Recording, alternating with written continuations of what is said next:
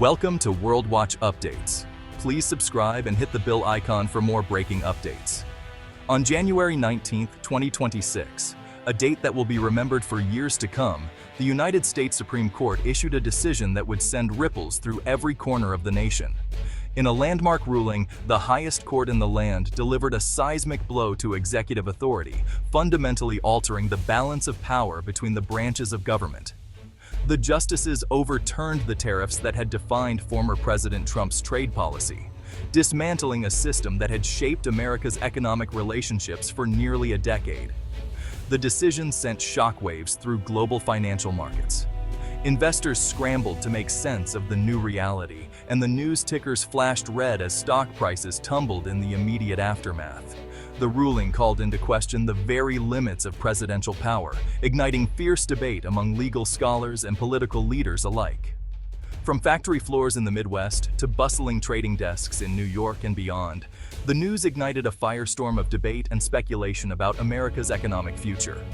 Business leaders, workers, and everyday citizens all wondered what this dramatic shift would mean for their livelihoods and the nation's prosperity. For years, businesses large and small had struggled with unpredictable tariffs and the chaos they brought to global supply chains. Many had faced rising costs, empty shelves, and tough decisions about jobs and investments. For them, the ruling felt like a sudden break in a long, relentless storm, a moment of relief, but also of uncertainty. Yet even as some celebrated, uncertainty lingered. The void left by the court's decision raised urgent questions about the future of America's trade relationships. Would new agreements be forged, or would old tensions resurface? Economists and policymakers debated what steps should come next, knowing that the world was watching closely.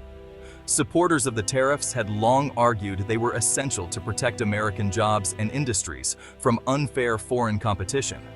They saw the court's move as a threat to workers and communities already struggling to adapt. Opponents, however, called the tariffs reckless and harmful, blaming them for higher prices and strained international relations. The Supreme Court's decision didn't settle this deeply divisive debate. It simply shifted the battleground. Now, the responsibility falls to Congress and the American people to determine the nation's path forward.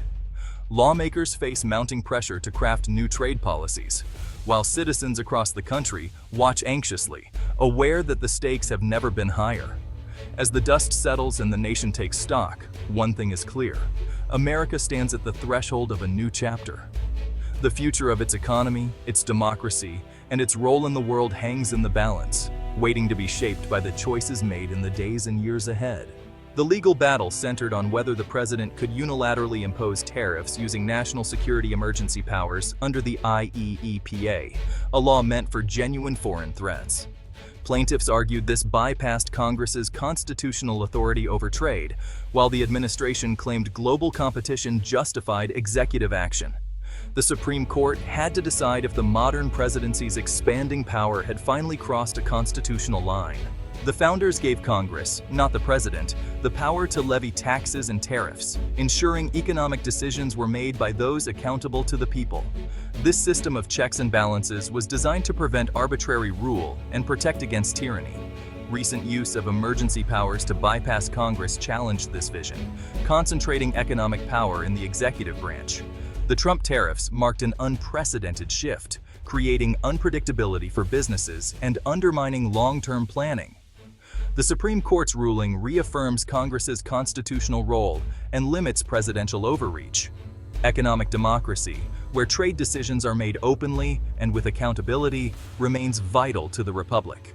American businesses found themselves squarely in the crosshairs of the trade war, bearing the brunt of sweeping tariffs. As costs for raw materials and imported goods soared, companies faced a difficult dilemma. Should they absorb these mounting expenses and risk shrinking profits, or pass the burden onto customers through higher prices? For many, neither option was sustainable in the long run, and the pressure mounted with each passing month. Small and medium-sized companies, often with fewer resources and less flexibility, struggled the most. They were hit hardest by erratic policy shifts and the resulting chaos in supply chains.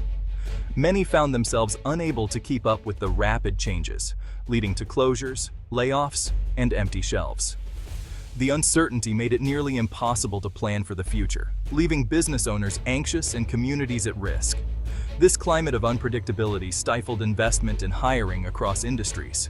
Companies put expansion plans on hold, froze new hires, and delayed major purchases. The ripple effect dragged down economic growth, affecting not just businesses, but also workers and families who depended on them. Retaliatory tariffs from other nations hit American exporters especially hard. Farmers, in particular, saw their overseas markets evaporate almost overnight. With crops unsold and equipment idle, many faced financial ruin, and some were forced to abandon generations-old family farms. The intended protection for American industries ultimately backfired, inflicting deep wounds on key sectors. Manufacturing plants shuttered, assembly lines went quiet, and thousands of workers lost their jobs. The pain was felt in towns and cities across the country. Even after the tariffs were overturned, businesses faced a long and complex process of unwinding duties, renegotiating contracts, and restoring trust with partners and customers. The administrative burden was immense, and the path to recovery uncertain. The scars of unpredictability remain. Business leaders are now more cautious, wary of future policy shocks that could upend their operations overnight. Many have built contingency plans, but the sense of vulnerability lingers. The lesson is clear. Government policy can make or break the bottom line. Every announcement, every shift in regulation sends ripples through the economy, affecting decisions at every level. Today, stability and predictability are top priorities for American enterprise.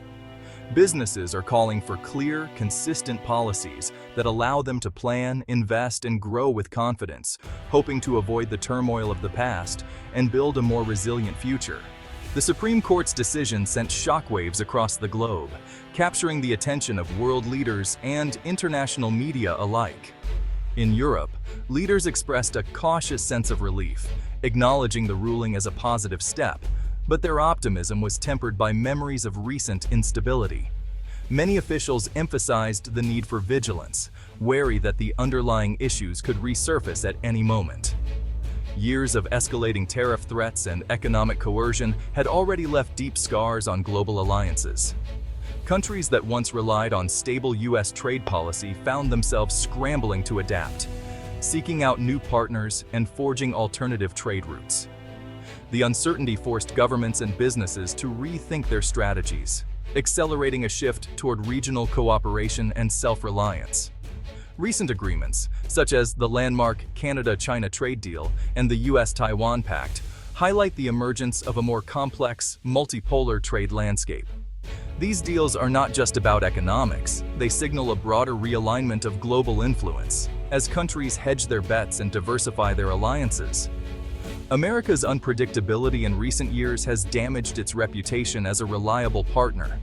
Even its closest allies have begun to question the wisdom of depending too heavily on Washington, prompting them to explore new diplomatic and economic relationships.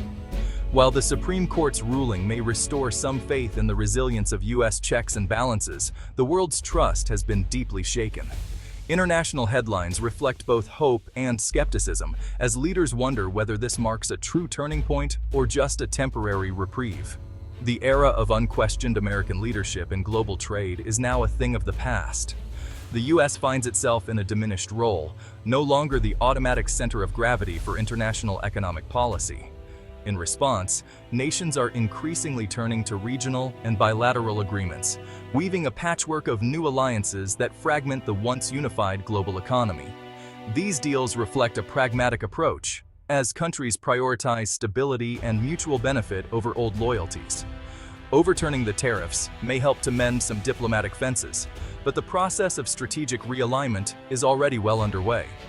Former rivals are now finding common ground, and new coalitions are forming in the absence of strong U.S. leadership. The world is moving forward, forging new paths and partnerships, whether or not the United States chooses to lead. In this new era, adaptability and collaboration will define the future of global trade. The Supreme Court's majority opinion focused on the IEEPA, ruling that it was never meant to let presidents reorganize the economy under vague emergencies. The law was intended for sudden, specific crises, not long-term trade disputes. The justices found the Trump tariffs stretched the definition of emergency beyond reason, usurping Congress's authority. The court emphasized that only Congress can make sweeping economic decisions, and any delegation of such power must be explicit. This ruling reasserts the non-delegation doctrine, setting limits on how much power Congress can hand to the executive. The decision was narrowly framed, focusing on constitutional process, not the merits of tariffs. Its impact, however, will reshape the balance of power for years to come. Despite the ruling, American businesses aren't celebrating stability just yet. The executive branch still has other tools to impose tariffs, keeping trade policy unpredictable. Business leaders remain cautious, wary of new disruptions from Washington. The real issue is ongoing uncertainty, which stifles investment and long-term planning. Financial markets remain volatile, as investors know political tensions haven't disappeared. The administration is already exploring new ways to restrict trade and boost domestic manufacturing. For businesses, the message is clear. The storm isn't over. Adaptability is essential. The Supreme Court's decision is just one moment in a much larger, unresolved saga. The Supreme Court's ruling forces a national reckoning on trade and democracy. By restoring Congress's authority, the court returns trade policy to the political arena.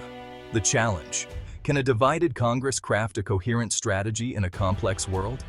The decision halts decades of power shifting to the presidency, urging lawmakers to reclaim their constitutional role.